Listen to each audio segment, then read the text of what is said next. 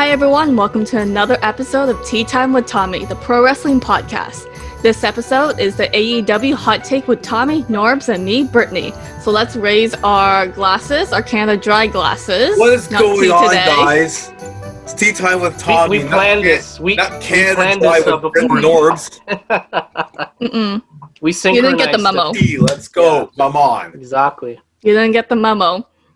Anyways, on today's podcast, the first thing we're talking about is MJF and Wardlow joining the Inner Circle after MJF defeated Chris Jericho at the last pay-per-view's Full Gear. So no second Inner Circle for MJF, Tommy. Yes, I was wrong. Oh, NORBZ is here. Okay, so NORBZ, at the post-fight analysis that people watch, I apologize to Britt, and I'm going to apologize to you. I was wrong. Okay, guys. Whoop-de-doo, I made a mistake. However, yes, so MJF is not going to have his own Inner Circle, but he's in the Inner Circle. So this is interesting. The creative team for AEW has now went on with this, that now MJF's part of Chris Jericho's Inner Circle. I think it's great. Getting Wardlow and MJF into this mix is just box office bonanza for AEW. So, I mean, now we're going to see how it works out. Sammy Guevara was not there for MJF and Wardlow's official inclusion to the Inner Circle. MJF went on a long, drone speech, which kind of was like a little, like, hey, I love MJF, but that part, that was not needed. The poetry thing, it was kind of like, cringeworthy. But at the same time, it looks like it's going to get really interesting. Sammy Guevara and, or I believe it's Ortiz, will they accept Wardlow and MJF? I don't know. Well, how will Chris Jericho and MJF work together? Two of the best people on the mic. Of course, with Jon Moxley. I don't know. But they look like the main event attraction now for AEW. So more to be seen what's going to happen. But I think it's a great move still by AEW. I'm going to drop a little subplot that maybe MJF might turn his back against Chris Jericho and become the leader. Down the line. Not now, down the line. So, ooh, interesting, guys. I highly doubt that's going to happen because it will. You're wrong. Come on, Tom. You're wrong, NORBZ. You can be wrong again, my friend. We'll see. We'll see what your prediction is this time. Oh man, just knocking it. Hey guys. Yeah, I mean the Inner Circle business is picking up. The Wardlow and MJF joining the Inner Circle. I think it puts some more interest into the program, possibly puts more ratings with MJF working closely with Chris Jericho now. So it remains to be seen. I mean, Sammy Guevara and Ortiz, not a big fan of the welcoming party when MJF and Wardlow was initiated to the Inner Circle. Chris Jericho was pretty happy with MJF joining, and they all went to Las Vegas to celebrate, courtesy of MJF and his money. And he's having a good time so far. And unfortunately, Ortiz and Sammy Guevara not very much. Sammy Guevara was lost at the beach when Wardlow and MJF was welcomed into the Inner Circle last week on Dynamite. Business is picking up. Hopefully, the cohesive unit with Chris Jericho and MJF and all the gangs there. It remains to be seen. Like what anything can happen with this whole company banding together, and who knows? Tommy could be wrong. MJF could work with Chris Jericho very closely and possibly, maybe, I don't know, kick out Sammy Guevara. I don't know. That's just my prediction. Anything is possible. You know what, NORBZ? That actually even sounds more valid. Maybe, Guevara and Ortiz. Maybe MJF will use a little manipulation to get rid of those two. He's good for that. He's very good for that. Yes. Or we'll use manipulation and manipulate Guevara, Ortiz, and Hager and the rest of the team to kick out Jericho. So I will be right, and you both will be wrong in the end. Okay. Anyways, to be continued. So moving on to our next topic is the AEW documentary, The History of a Revelation. And this will focus on AEW's first official year launch. So, Tommy, do you want to talk about that? Yes, so it's not Revelation, Britt. It's Revolution, by the way. Revolution. It's that one wrong. Revolution. Sorry. Right one. Well, I'm just kidding. But like, basically, yes, it's an official trailer. I believe it's gonna be premiering on November 18th, guys. So I apologize to viewers when this video is out. I believe it'll be past that, but November 18th. Check it out. It's the first official year. When AEW took off. It's very interesting. It's got, I saw the trailer, it basically had little snippets, guys, if you've seen it, basically of them saying they were scared that wouldn't work. It was a huge risk gamble on behalf of the Khan family and AEW and Cody Rhodes and Chris Jericho. They were kind of contemplating. They weren't 100% confident it would work and it would be this successful. But luckily it was. So, I mean, it's a great documentary. Catch it, guys. TNT, November 18th. It is by, I believe his name is, let me see here. Yes, History X, I believe the director's name is. And basically, he's the one that helped do videos with Kendrick Lamar and all the other greats. So, oh, that sounds amazing. Yeah, check it out, guys. It's going to be great. It's I am definitely going to have my popcorn ready. Although you got that and you got AEW Dynamite, so I don't know what you're going to watch, but it's going to be great.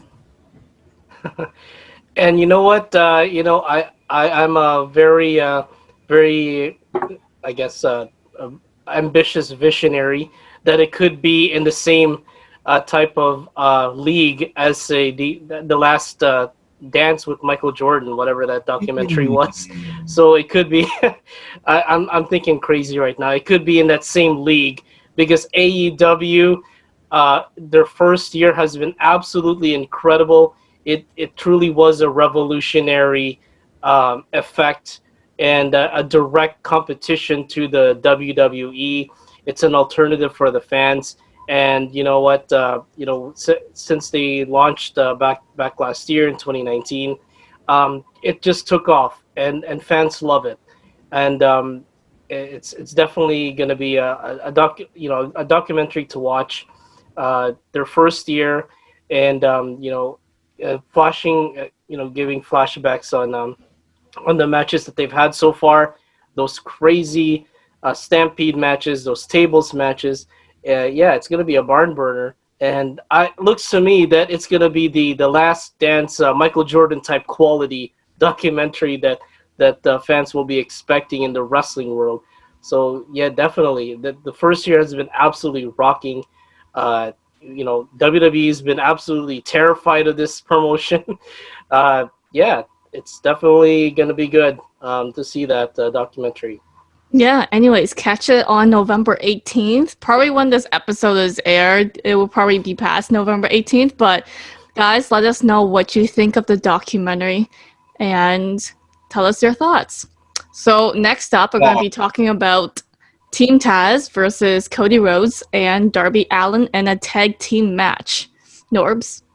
Yeah, this is an upcoming match at AEW Dynamite. Cody Rhodes and Darby Allin had a really hellacious match at Full Gear for the TNT Championship. These two respect each other very, very much. It was a heck of a match. Darby Allin winning the TNT Championship, his first TNT championship or even a title at AEW. Beloved by the fans, and even Cody giving him a lot of respect for winning that title. And here comes Team Taz trying to crash the party. Trying to crash the celebration and the friendship between Cody Rhodes and Darby Allin, Ricky Starks and the Machine Brian Cage in a tag team match against Cody Rhodes and Darby Allin. Taz, the legendary Taz, former ECW legend and ECW champion, is managing the team of Ricky Starks and Brian Cage in this team. A force to be reckoned with. Brian Cage was given the FTW title by Taz. They're a wrecking crew right now in AEW. So again, it's going to be a barn burner between Team Taz and Cody Rhodes and Darby Allin. So yeah, I just you just took up the whole thing there, Norbs. I don't know what else to add on part of that. So thank you for that. Now I'm going to add, but before that, did you say? I don't want to go back, but did you say that the trailer? I mean, AEW documentary is going to be better than The Last Dance? Yes, sir. It will. Have you It'll lost your mind? Have you said? I'm a huge. maybe a little. Maybe I took a nap for so long, and now I'm in dreamland. I think that Canada Dry has polluted your mind, sir. Basically, that is. I'm saying AEW is going to be a great documentary, but better than The Last Dance, the greatest documentary of all time, sports. I think you've lost your mind, sir. But anyways, That's certainly a pedestal. that's a huge pedestal. Like, my goodness, better than The Last Dance. Too much Canada Dry. No more Canada Dry. I meant it's gonna be in the same league as the Last Dance documentary. Oh, okay. No more. I'm preventing you both from drinking Canada Dry from now on. So That's okay. I just finished it. Yeah. no more Canada Dry, Brett. That's it. No more. So moving on, yes. So Norris very eloquently just filled up the whole spot there very well. Yeah, great rivalry building up. Team Taz, another faction. Ricky Stark seems to be something like Brian Cage. Of course, we knew Brian Cage from Impact Wrestling, the Machine, but Ricky Stark is a newcomer who seems to have that charisma and the wrestling ability to definitely make a mark on AEW. So a great addition. And as well, yes, Cody Rhodes, Darby Allin. Interesting team, guys. Now, it's like two different, like oil and water, right? Like one guy is like this outgoing part of the AEW executive and Cody Rhodes, and one guy is a very shy, awkward, introverted, but mysterious and interesting Darby Allin. Is this gonna work? I don't know. I don't know what's going on, but like, I mean, let's go for it. You got these two are definite like huge box office draws as well. So why not team Darby Allin and Cody Rhodes together against Team Taz? They almost broke Darby Allin's arm off, so I'm guessing Darby Allin's looking for revenge right now. And Cody Rhodes seems to lost his belt to him, but seems to have respect. They have the mutual respect between Darby Allin and Cody Rhodes. So yeah, it's a great matchup. Great rivalry that's gonna happen. So hey, remains to be seen what goes on with this rivalry between Team Taz and Darby Allin and Cody Rhodes. Yeah, I'm excited to see that rivalry too. Anyways, let's move on to the Bastard Pack. Sorry, he's just it's just one person. It's not actually a pack. I didn't know that. I didn't know that before. Goodness. You I can should bleep put that. quotations on that. The bastard on my questions. Why Yeah. are you swearing on our show? I didn't mean to. You know, Norbs gave me his topics, and that's what he Good job, put. Norbs. Good job, man. Great. Anyway, Hey, anything for this show. Anything for this Keep show. everything out now while I edit it's this. a full-on bleep. It's a full-on censor now. Oh, Yeah. my goodness. Anyways, the Bastard Pack is back with his feud with Eddie Kingston and his faction. Norbs, tell us about that. Yeah, I mean, the Pack has been in self-isolation in England for several months because of the pandemic. He was, stuck in Europe during the COVID period, but now he's back in North America and wants revenge, vengeance, you name it. This guy is unbelievable. One of my personal favorites in AEW. He may be just about 6 feet tall, but he has a lot of charisma, a lot of attitude, and he is fierce. He's a very fierce individual in Pac.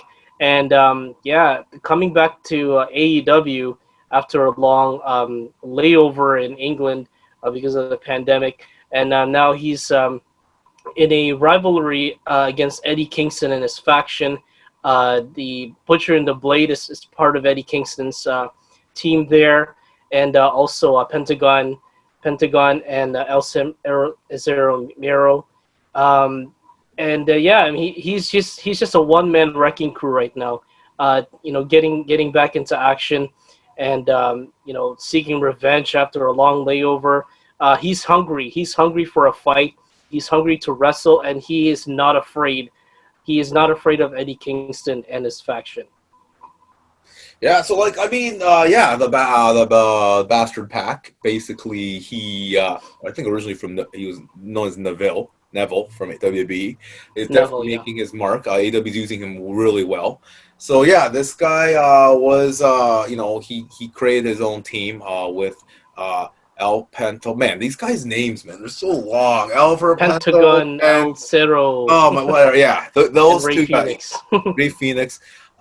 They used to make a team, and then I guess while he was away, like you said, Norbs, in England, just self-preserving, you had Eddie Kingston trying to take those two guys away from Bastard Pack, but now he's back. So now he's forming his old team again. It looks like, and now it's about to happen between Eddie Kingston's faction and Bastard Pack. Here's the thing, though: these two wrestlers, Al Pento Ferrero and the Ray, his brother, right? They were part of Eddie Kingston's faction. Now, I guess what's going to happen now? Are they going to now join the Bastard Pack, which will deplete his faction more, Eddie Kingston? So I guess Ali, and you got Blade and another members there. Butcher and the Blade, yeah. Yeah, sure. It's gonna make me deplete Eddie Kingston. So it remains to be seen. Me personally, I'm not really interested in this rivalry. Like, I mean, it's fine. Oh, like, come on, Tom. Bastard Pack. Pac. Don't make him come to you now. He's a fierce individual. Referring to Bastard Pack. Don't put words in my mouth where I get in trouble with him. I'm referring to the rivalry. Like, More wrestlers are gonna come at you, Tommy. Kidding. No, not making fun of the rest of these guys. The Butcher and the Blade, especially. You two stop putting words in my mouth, all right? I'm not going after them. They're great wrestlers. I'm going at the top at the rivalry, right? Like maybe Bastard Pack, maybe it's a fun rivalry with maybe John Moxley or something. I find this rivalry it could be great. It could be great. These two are like very good on the mic, but I mean, is it something interesting like the MJF thing to me, or even the Cody Rhodes Darby Allin? Not sure, but we'll see. Could be wrong. I could be wrong. They could prove. We'll see. Could be. Anyways, we'll see in possibly future episodes. So this is going to be a wrap with Tea Time with Tommy, the AEW Hot Take podcast with Tommy, Norbs, and me, Brittany. So let's raise our, I guess, empty glasses to dry cans this episode.